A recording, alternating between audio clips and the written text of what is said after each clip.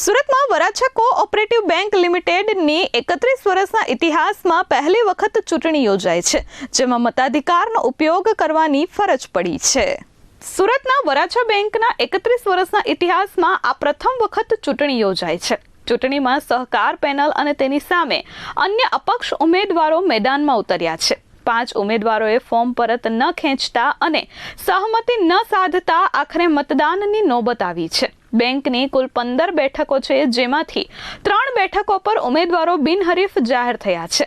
બાકી રહેલી 12 બેઠકો માટે કુલ 17 ઉમેદવારો વચ્ચે ચૂંટણી જંગ ખેલાયો છે. આ ચૂંટણીમાં અંદાજે 53,300 સભાસદો પોતાના મતાધિકારનો ઉપયોગ કરશે. આ વખતે ડેટા પ્રોટેક્શન એક્ટના કારણે ઉમેદવારોને મતદારોના મોબાઈલ નંબર આપવામાં આવ્યા નથી. મોબાઈલ નંબર ન હોવાને કારણે ઉમેદવારો માટે મતદારોનો સંપર્ક કરવો મુશ્કેલ બન્યો હતો. અંદાજિત 25,000 મતદારો સુધી પહોંચવા માટે સહકાર પેનલ દ્વારા આશરે 200 જેટલા કાર્યકરોને કામે લગાવવામાં આવ્યા હતા.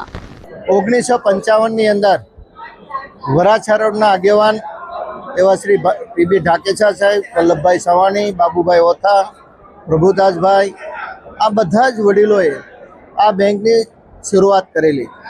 31 વર્ષ સુધી આ બેંક અવિરત સેવાઓ એમના સભાસદોને પૂરી પાડેલી.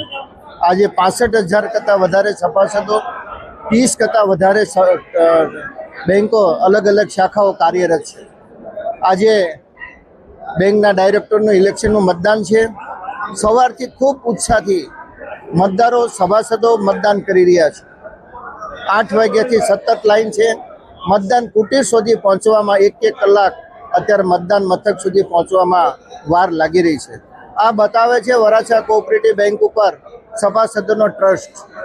વાતાવરણ ડોળો કરવા માટેના પ્રયત્નો હતા કે ભાઈ વરાછા બેંકને જે ખોટી રીતે સોશિયલ મીડિયાના માધ્યમથી પ્રચાર કરીને જે અલગ અલગ વાતો કરવામાં આવતી હતી, એ વાતોનો આ જવાબ છે સભાસદોનો.